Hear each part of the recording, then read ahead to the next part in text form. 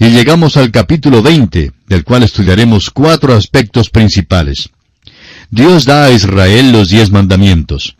En segundo lugar, Dios prohíbe la idolatría. Tercero, el efecto de la visita de Dios sobre el pueblo. Y en cuarto lugar, las instrucciones con respecto al altar. En el capítulo 20 de Éxodo tenemos la formulación de la ley. Primero son dados los 10 mandamientos, pero son solo una parte de la ley.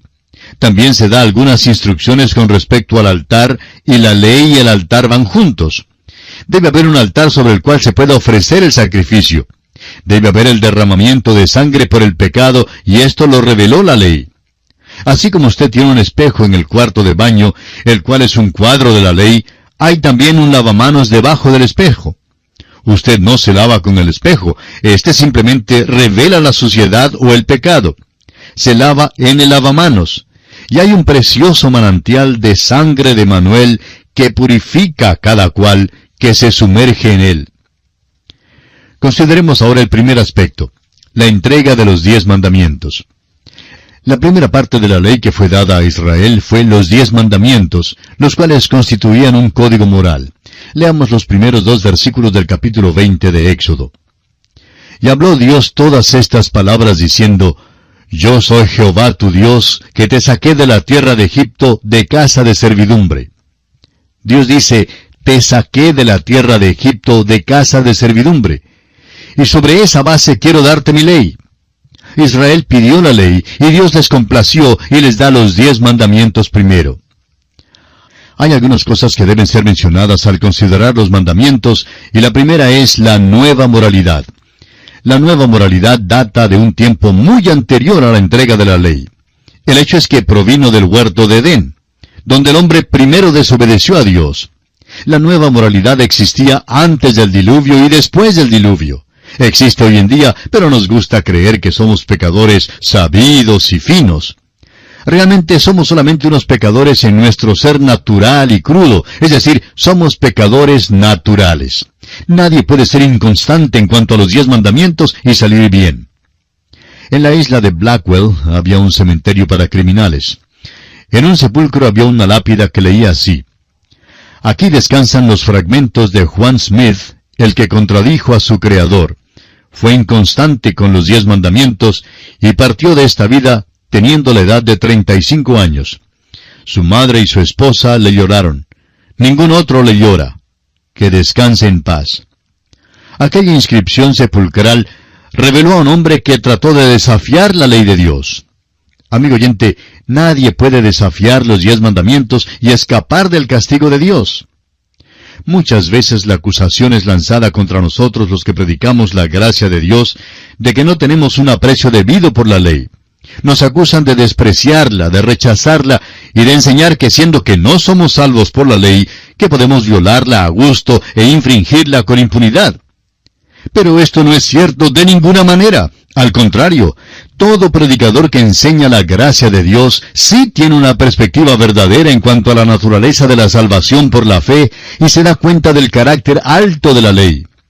El apóstol Pablo contesta a este problema en su carta a los Romanos capítulo 6 versículos 1 y 2, donde dice, ¿qué pues diremos? ¿Perseveraremos en el pecado para que la gracia abunde? En ninguna manera. Porque los que hemos muerto al pecado, ¿cómo viviremos aún en él? Amigo oyente, si usted cree que puede continuar viviendo en el pecado y violando los 10 mandamientos a gusto, amigo mío, usted no es salvo por la gracia de Dios. Cuando usted es realmente salvado, entonces desea agradar a Dios y anhela hacer su voluntad, la que es revelada en los 10 mandamientos. Por eso creemos que todo predicador de la gracia de Dios tiene el debido respeto y reverencia única para con la ley de Dios. Como el salmista lo ha expresado, «Oh, cuánto amo yo tu ley! Todo el día es ella mi meditación». Ahora, ¿qué es la ley? Alguien la ha definido como una transcripción escrita de la mente de Dios. Pero esta es una definición defectuosa. La ley es la expresión de la mente de Dios con relación a lo que el hombre debe ser. No hay ni gracia ni misericordia en la ley de ningún modo. La ley es una expresión de la santa voluntad de Dios. El salmista en el Salmo 19:7 dice, La ley de Jehová es perfecta, que convierte el alma. El testimonio de Jehová es fiel, que hace sabio al sencillo. Amigo oyente, la ley requiere la perfección de parte suya. Nunca nos hemos encontrado con nadie cuya conducta haya sido igual a la norma de Dios. La ley no es alguna noción vaga, ni tiene nada que ver con las buenas intenciones que no se cumplen. La ley requiere una obediencia perfecta, porque la ley del Señor es perfecta. Bueno, amigo oyente, nuestro tiempo ha concluido por esta oportunidad. Continuaremos nuestra consideración de este importante aspecto, Dios mediante, en nuestro próximo programa. Hasta entonces, pues, que el Señor le bendiga, es nuestra ferviente oración. Continuamos hoy, amigo oyente, nuestro estudio del libro de Éxodo. En el día de hoy reanudamos nuestra consideración del capítulo 20 de este segundo libro del Antiguo Testamento. Y al concluir nuestro programa anterior dijimos que la ley requiere la perfección de parte nuestra. Nunca nos hemos encontrado con alguien cuya conducta haya sido igual a las normas de Dios. La ley no es alguna noción vaga, ni tiene nada que ver con las buenas intenciones que no se cumplen. La ley, amigo oyente, requiere una obediencia perfecta, porque la ley del Señor es perfecta. La ley del Señor es recta, y eso quiere decir que nuestras nociones en cuanto a lo que es bueno y malo son desfiguradas por nuestro ambiente y por el hecho de que tenemos una naturaleza caída. Ahora, ¿cómo sabe usted lo que es bueno? Porque Dios nos dice lo que es bueno. Alguien preguntará, ¿por qué es malo el robar? Pues no tienen nada en contra del robo, pero dicen que es malo que algún gobierno cometa homicidio sin la guerra. ¿Cuán contradictoria es esta generación? ¿Cómo ignoran la ley? Ahora, ¿por qué es malo el mentir o el robar? Pues es malo porque Dios dice que lo es. La ley es para el bienestar del género humano. La ley sería una cosa maravillosa si fuera posible al hombre guardarla. Sin embargo, el hombre no puede guardar la ley. Las cárceles, las llaves en las puertas, y el hecho de que por la falta de confianza hay que firmar una cantidad de papeles para poder prestar dinero de un banco, todo esto es testimonio del hecho de que el hombre no puede guardar la ley. Hubo un tiempo cuando la palabra de un hombre era su fianza, pero ya esto no existe hoy en día. La ley es una norma para medir la conducta humana. El robar, el mentir y el cometer adulterio son malos porque Dios dice que son malos. La ley nunca se ejecuta por sí misma. Es el legislador quien tiene el poder para ponerla en vigor. Dios ejecuta sus leyes con un impacto tremendo. Por ejemplo, piense usted en la ley de la gravedad. Usted bien puede subir tan alto como quiera, pero asegúrese de agarrarse bien de algo. La ley de la gravedad está en vigencia y no se la puede violar. Usted puede creer que la puede violar, pero a la larga usted será quien pierde. En Ezequiel 18:4 leemos, «He aquí que todas las almas son mías, como el alma del Padre, así el alma del Hijo es mía. El alma que pecare, esa morirá». La ley debe ser ejecutada, y el violador de la ley debe pagar la pena. Ahora hay otro punto de vista que debe ser corregido, y es el que mezcla la ley con la gracia, juntándolas bajo un solo sistema. El juntar la ley y la gracia bajo el mismo sistema es robarle a la ley parte de su majestad y su significado. No hay amor en la ley, no hay ninguna gracia en la ley. La gracia, a su vez, es robada en su bondad y gloria cuando es mezclada con la ley. La gracia es robada de su maravilla, atracción y deseo. Las necesidades del pecador no son suplidas cuando la ley y la gracia están juntas. La ley manifiesta lo que el hombre debe ser, pero la gracia manifiesta lo que es Dios. La majestad de la ley es algo que debemos reconocer.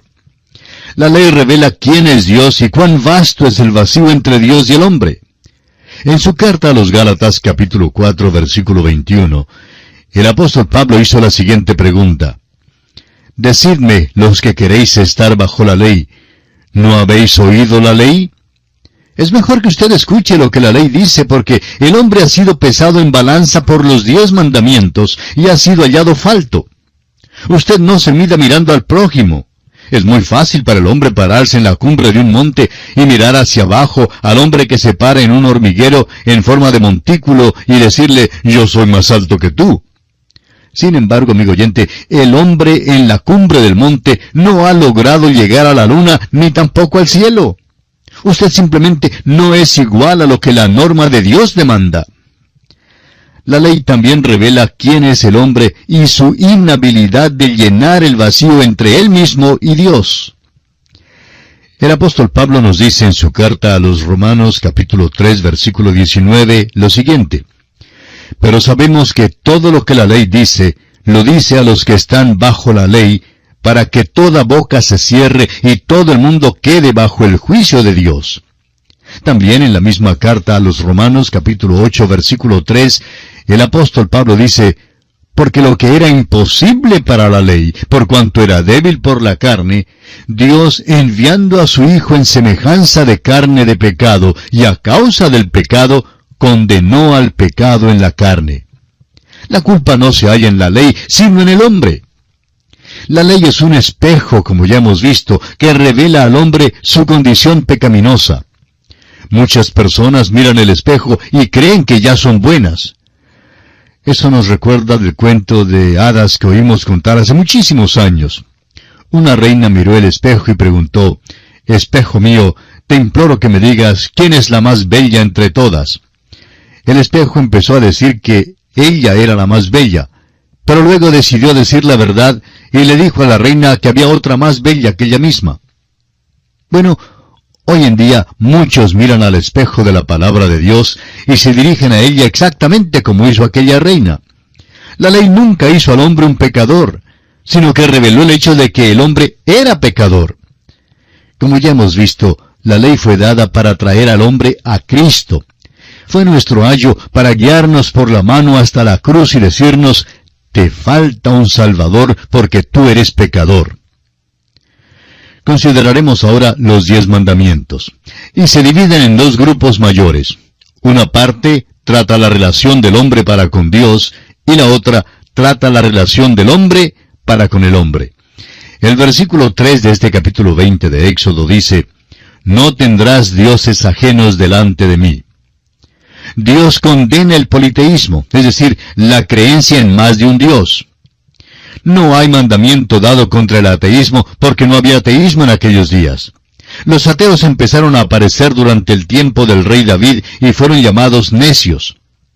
El Salmo 53, versículo 1 dice, dice el necio en su corazón, no hay Dios. Hoy en día, el ateo puede ser profesor de una universidad y se le puede considerar muy inteligente, pero en verdad no es tan inteligente. La Escritura lo llama necio. Hay muchos ateos hoy en día porque el género humano se ha desviado en gran manera de la palabra de Dios. Dios dijo a Israel, no tendrás dioses ajenos delante de mí. Dios instruyó a la nación de esta manera porque en aquel entonces era muy difícil que un hombre mantuviera un equilibrio. En aquel día era muy popular adorar a muchos dioses. Hoy en día es popular no adorar a ningún dios. ¿Cómo ha marchado el péndulo del reloj? Lo importante que debemos notar en este versículo es el hecho que Dios condena el politeísmo. El apóstol Pablo explica este asunto en su carta a los Romanos capítulo 1, versículos 21 al 25, donde declara, pues habiendo conocido a Dios, no le glorificaron como a Dios ni le dieron gracias, sino que se envanecieron en sus razonamientos y su necio corazón fue entenebrecido. Profesando ser sabios, se hicieron necios y cambiaron la gloria del Dios incorruptible en semejanza de imagen de hombre corruptible, de aves, de cuadrúpedos y de reptiles. Por lo cual también Dios los entregó a la inmundicia en las concupiscencias de sus corazones, de modo que deshonraron entre sí sus propios cuerpos, ya que cambiaron la verdad de Dios por la mentira, honrando y dando culto a las criaturas antes que al Creador, el cual es bendito por los siglos. Amén. Leamos ahora los versículos 4 y 5 de Éxodo 20. No te harás imagen, ni ninguna semejanza de lo que esté arriba en el cielo, ni abajo en la tierra, ni en las aguas debajo de la tierra.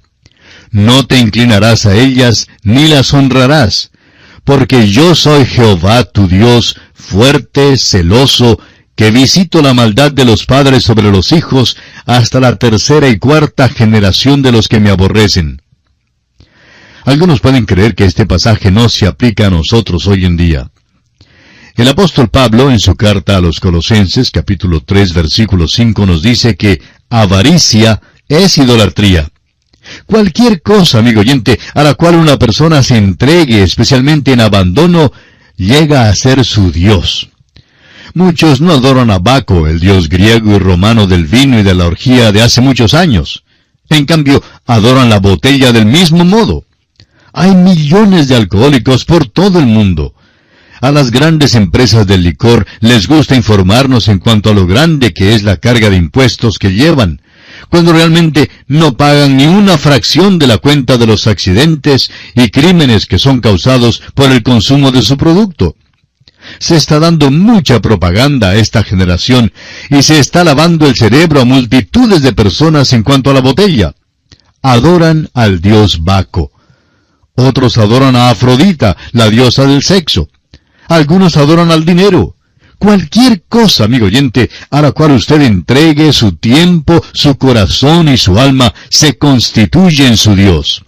Y el Dios vivo y verdadero dice que no debemos tener dioses ajenos delante de Él. Leamos ahora el versículo 7 de este capítulo 20 de Éxodo. No tomarás el nombre de Jehová tu Dios en vano, porque no dará por inocente Jehová al que tomare su nombre en vano. El tomar el nombre del Señor en vano es de frecuente ocurrencia en nuestros días. Es blasfemia. Ahora, ¿por qué es malo? Es malo tomar el nombre del Señor en vano porque Él es Dios y Él es santo. Cometer este pecado es revelar una falta de vocabulario. Muchos no pueden expresarse sin usar un lenguaje profano. Si se quitara la profanidad de algunas personas, se quitaría también su vida. Un hombre que fue convertido maravillosamente hace algunos años, dijo una vez que cuando se convirtió, perdió más de la mitad de su vocabulario. Veamos ahora el cuarto mandamiento en los versículos 8 al 11 de Éxodo capítulo 20. Acuérdate del día de reposo para santificarlo. 6 días trabajarás y harás toda tu obra, mas el séptimo día es reposo para Jehová tu Dios. No hagas en él obra alguna, tú, ni tu hijo, ni tu hija, ni tu siervo, ni tu criada, ni tu bestia, ni tu extranjero que está dentro de tus puertas. Porque en 6 días hizo Jehová los cielos y la tierra, el mar y todas las cosas que en ellos hay, y reposó en el séptimo día. Por tanto, Jehová bendijo el día de reposo y lo santificó. El día de reposo fue dado a la nación de Israel en una manera muy extraordinaria. Fue un pacto, una señal entre Dios y los hijos de Israel. No creemos que el día sea importante. Después de todos los cambios de calendario que han ocurrido, es imposible que nosotros sepamos si nuestro séptimo día es sábado o no. No creemos que lo sea, pero eso no viene al caso porque, en cuanto a nosotros se refiere, no importa cuál sea el día que observamos. Observamos lo que creemos ser el primer día de la semana. Puede que sea o que no sea, pero reconocemos el primer día de nuestra semana, porque nuestro Señor Jesucristo resucitó de entre los muertos en aquel día, victorioso sobre el sepulcro, y esta es la razón por qué lo observamos. Ahora, todo esto se descubrirá más adelante al proseguir con nuestro estudio de este libro de Éxodo. Llegamos ahora a la sección de los mandamientos que tratan sobre las relaciones del hombre para con el hombre. Principia en el hogar. Leamos el versículo 12. Honra a tu padre y a tu madre, para que tus días se alarguen en la tierra que Jehová tu Dios te da. El padre y la madre deben ser dignos de la honra de sus hijos. Hablaremos más en cuanto a este mandamiento más tarde. Ahora, en el versículo 13 de Éxodo 20, el sexto mandamiento dice, no matarás. Este versículo es usado por muchos que se oponen a las guerras. Muchos jóvenes han hablado en cuanto a esto y dicen, no se debe matar, por eso no debo ser soldado. El mandamiento, no matarás, no fue dado a una nación, fue dado al individuo. Un hombre no debe matar a otro. Ningún hombre debe ir a un campo de batalla por su propia cuenta y matar por capricho. Nadie tiene el derecho de hacer eso. En cambio, si nuestro país nos manda ir, pues entonces estamos comprometidos para ir. A una nación le es dada la autoridad para proteger la vida humana por medio de quitar vidas humanas. Ningún individuo debe hacerse justicia por sí mismo, pero sí está comprometido a hacer lo que su nación le pide hacer en defensa de su soberanía. Si su nación le ordena que mate, entonces el individuo no es responsable del hecho de matar, sino la nación que le ha dado esa orden. Cuando una persona sirve a su país, está libre de culpa mientras cumpla su deber. Veamos ahora el 7º mandamiento en el versículo 14. No cometerás adulterio. Vivimos hoy en medio de una revolución sexual que nos ha venido por los siglos. El sexo no es nada nuevo y todavía es adulterio cuando es cometido fuera del matrimonio. Dios lo expone con toda claridad. El hombre puede creer que él ha cambiado este mandamiento, pero no lo ha cambiado.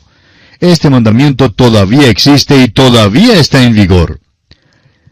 Siguiendo adelante, el 8º mandamiento, reflejado en el versículo 15, dice, no hurtarás. Nos gustaría dar importancia aquí al hecho de que si a usted se le permitiera cometer adulterio, entonces se le podría permitir robar y matar y todo eso. Todos los mandamientos están en el mismo paquete. Si está bien entregarse a uno, entonces debe estar bien entregarse a todos. Ahora, si uno es malo, entonces todos son malos. El 9º mandamiento dice en el versículo 16, no hablarás contra tu prójimo falso testimonio. El hablar contra el prójimo falso testimonio es sencillamente mentir. Ahora el 10º mandamiento en el versículo 17 dice, no codiciarás la casa de tu prójimo, no codiciarás la mujer de tu prójimo, ni su siervo, ni su criada, ni su buey, ni su asno, ni cosa alguna de tu prójimo. La codicia o avaricia, según el apóstol Pablo en su carta a los Colosenses, capítulo 3, versículo 5, es idolatría. Este es uno de los pecados más grandes de la hora presente. Dios condena el matar, el cometer adulterio, el robar, el hablar falso testimonio y el codiciar. Tendremos ocasión de echar una ojeada a los 10 mandamientos de una manera diferente más adelante. Veamos ahora otro aspecto importante. El efecto de la visita de Dios sobre los israelitas. Dios ha dado a los israelitas el código moral que son los 10 mandamientos. La ley tiene que ver con algo más que el código moral. Dios también les dará aquella parte de la ley que trata de la legislación social. También les dará unas instrucciones con respecto a un altar y a la construcción del tabernáculo. Continuemos ahora leyendo los versículos 18 y 19 de Éxodo 20. Todo el pueblo observaba el estruendo y los relámpagos y el sonido de la bocina y el monte que humeaba. Y viéndolo el pueblo, temblaron y se pusieron de lejos. Y dijeron a Moisés, habla tú con nosotros y nosotros oiremos, pero no hable Dios con nosotros para que no muramos. Cuando los israelitas oyeron el estruendo y vieron los relámpagos, tuvieron miedo y retrocedieron del monte. Escuchemos ahora la amonestación de Moisés en el versículo 20. Y Moisés respondió al pueblo, no temáis, porque para probaros vino Dios, y para que su temor esté delante de vosotros, para que no pequéis. La ley presentó una norma muy alta. La ley del Señor es perfecta. Demanda la perfección, y si usted, amigo oyente, no está listo a dar la perfección, entonces debe cambiar a otro tipo de norma o base. Porque si no es perfecto, entonces no puede ser salvado por la ley. Doy gracias a Dios que Él puede tomar a un pobre pecador como yo y salvarlo. La gracia revela algo de la bondad y la maravilla de nuestro Dios. Avancemos algo más, ahora con los versículos 21 al 23 de este capítulo 20 de Éxodo. Entonces el pueblo estuvo a lo lejos, y Moisés se acercó a la oscuridad en la cual estaba Dios. Y Jehová dijo a Moisés, así dirás a los hijos de Israel, vosotros habéis visto que he hablado desde el cielo con vosotros. No hagáis conmigo dioses de plata, ni dioses de oro os haréis. ¿Por qué apareció Dios así en esta manera a los israelitas? Creemos que es evidente que Dios quería impresionar en ellos el hecho de que Él es el Dios vivo. Quería que se dieran cuenta que el adorar a los ídolos era adorar a la criatura más bien que a Dios. Dios está ahora más cerca de este pueblo que lo que jamás estuvo antes. Veamos ahora algunas de las instrucciones que fueron dadas en cuanto al altar. Dios ha dado a Israel los 10 mandamientos. Ahora, junto con los mandamientos, Dios les da unas instrucciones para un altar. Un altar es utilizado para el sacrificio. El altar habla de la cruz de Cristo y la sangre que Él derramó. Este es el altar que hicieron antes que edificaran el tabernáculo y no podían llevarlo con ellos. Al parecer, todos los altares que hacían mientras viajaban por el desierto eran como este. Solo cuando se edificó el tabernáculo, fue entonces construido un altar que podía ser transportado. De este capítulo 20 de Éxodo, leamos ahora el versículo 24. Altar de tierra harás para mí, y sacrificarás sobre él tus holocaustos y tus ofrendas de paz, tus ovejas y tus vacas. En todo lugar donde yo hiciere que esté la memoria de mi nombre, vendré a ti y te bendeciré. No hay mención de la presentación de una ofrenda de pecado en este altar. La ofrenda de paz revela que el hombre necesita un sacrificio que le reconcilie con Dios, y Cristo hizo la paz mediante la sangre de su cruz. El holocausto habla de quién es Cristo y de su dignidad y habilidad para salvar. Este altar debía ser hecho de tierra, y era el lugar sobre el cual los israelitas debían sacrificar los holocaustos y ofrendas de paz. Las ofrendas de expiación fueron dadas a Israel más tarde. Leamos entonces el versículo 25. Y si me hicieres altar de piedras, no las labres de cantería, porque si alzares herramienta sobre él, lo profanarás. Hay una lección importante aquí en este versículo. Dios quería que ellos edificaran un altar de piedras sin adorno y sin escultura. En el momento en que se alzaba una herramienta para labrar las piedras del altar, en ese mismo momento se profanaba el altar. Un escultor podía hacer que el altar fuera atrayente y muy hermoso, y algo que despertara la aprobación humana. Pero el trabajo del hombre sobre el altar era considerado por Dios como una abominación a él. Bien, amigo oyente, se nos ha ido el tiempo, así es que tenemos que detenernos aquí por hoy. Dios mediante, en el próximo programa continuaremos con este estudio sobre el libro de Éxodo. Hasta entonces, pues, que el Señor le bendiga, es nuestra ferviente oración. Continuamos hoy, amigo oyente, nuestro estudio del libro de Éxodo. En nuestro programa anterior nos detuvimos en el versículo 25 de este capítulo 20 de Éxodo. Este versículo dice, «Y si me hicieres altar de piedras, no las labres de cantería, porque si alzares herramienta sobre él, lo profanarás». Dijimos que había una lección importante aquí en este versículo. Dios quería que los israelitas edificaran un altar de piedras sin adornos y sin escultura. En el momento en que se alzaba una herramienta para labrar la piedra del altar, en ese mismo momento el altar era profanado. Un escultor podía hacer que el altar fuera atrayente y hermoso y algo que despertara aprobación humana. Pero el trabajo en el altar de Dios es una abominación a Dios. Hoy en día hemos ido más allá de la escultura en nuestras iglesias. Hemos llegado al lugar donde creemos que todo lo que se relaciona con la adoración tiene que ser bello. Queremos la música suave, el alumbrado a media luz y los colores bellos. Queremos que el sermón sea dado en unos tonos muy bajos y de una manera muy dignificada, tan florido como sea posible. Este tipo de presentación no ha llamado la atención al mundo incrédulo. El liberalismo ha desocupado nuestras iglesias. Ahora, no hay nada malo en tener un lugar atrayente donde adorar. A nosotros nos gusta la música hermosa y también el estilo florido de hablar. Pero cuando cualquiera de estas cosas obscurece el mensaje de la cruz y quita la atención del Señor Jesucristo, quien murió en esa cruz, entonces Dios se ve ofendido. Dios no quiere que esto suceda. Cuando el apóstol Pablo fue a la ciudad de Corinto, usted recordará que los corintios eran bastante filosóficos. Muchos de los sacerdotes paganos que estaban asociados con las religiones paganas trataban de identificarse con todos los pecados de Corinto. Cuando Pablo llegó, estos filósofos querían arguir, discutir y parecer inteligentes. Querían ser conocedores de la generación de ahora y pertenecer a ella. Estos corintios iban en toda dirección. Pablo tuvo una experiencia semejante en Atenas, y entonces en su primera carta a los Corintios, capítulo 2, versículo 2, les dice: «Pues me propuse no saber entre vosotros cosa alguna, sino a Jesucristo y a este crucificado». Amigo oyente, si Jesucristo y el crucificado se omite del mensaje, no importa cuán alta sea la torre, ni cuán fuerte suene la campana, ni cuán hermoso sea el santuario, ni cuán suave sea la música, ni cuán educado sea el predicador, no es una iglesia y en cuanto a Dios se refiere, es profanada. Leamos ahora el versículo 26 y final de este capítulo 20 de Éxodo. «No subirás por gradas a mi altar, para que tu desnudez no se descubra junto a él». A muchas personas les gustaría edificar algunos escalones bellos junto al altar. Eso sería muy conveniente.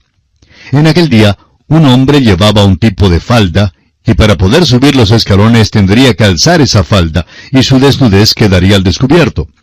Dios dice: «No quiero ver tu desnudez», lo que enseña que la carne no puede ser usada por Dios. Permítame hacer esto muy personal. Cualquier cosa que yo haga que sea de la carne, Dios odia y no la usará. Dios no quiere una exhibición de la carne en algo que tenga que ver con su obra. Debemos guardarnos, pues, de este tipo de cosa. Nos sentimos perturbados cuando las personas ven tan solo al predicador, pero no ven a Jesucristo, al cual los predicadores tratan de presentar. No nos interesa realmente que alguien nos diga que hemos predicado un sermón maravilloso. Queremos predicar acerca de un Salvador maravilloso, y cuando nos oigan predicar, deseamos que nos digan: ¿no es maravilloso Jesús? El Dr. J. Vernon McGee, autor de estos estudios bíblicos, contaba el siguiente incidente. Cuando yo era pastor, siendo estudiante en el estado de Georgia, decía él, solía predicar en una iglesia que estaba cerca de una colina de barro rojizo. Una mañana, después de dar el mensaje, todo el mundo salió, menos un muchacho de campo. Llevaba unas botas amarillas, de esas que se abotonan muy arriba, y me esperaba de una manera muy tímida. Por fin se acercó, con lágrimas en los ojos, agarró mi mano y me dijo: «Yo nunca jamás sabía que Jesús era tan maravilloso». Quiso decir algunas palabras más, pero estaba demasiado emocionado y se dio media vuelta para salir de la iglesia. Aquella iglesia, continuaba el Dr. McGee, está hoy en medio de una ciudad, pero en aquellos días estaba en un pedazo de terreno algodonero. Contemplé a aquel muchacho cruzar por el algodonal y dije al Señor: «Oh Dios mío, ayúdame a siempre predicar para que los hombres sepan y crean que Jesús es maravilloso». Eso sí fue un encomio, y no me han dado muchos encomios así como ese. Amigo oyente, no necesitamos la exhibición de la carne en el ministerio, ni en el púlpito, ni en la obra de la iglesia. Lo que necesitamos es predicar a Jesucristo y a este crucificado. Y aquí termina el capítulo 20 del libro de Éxodo.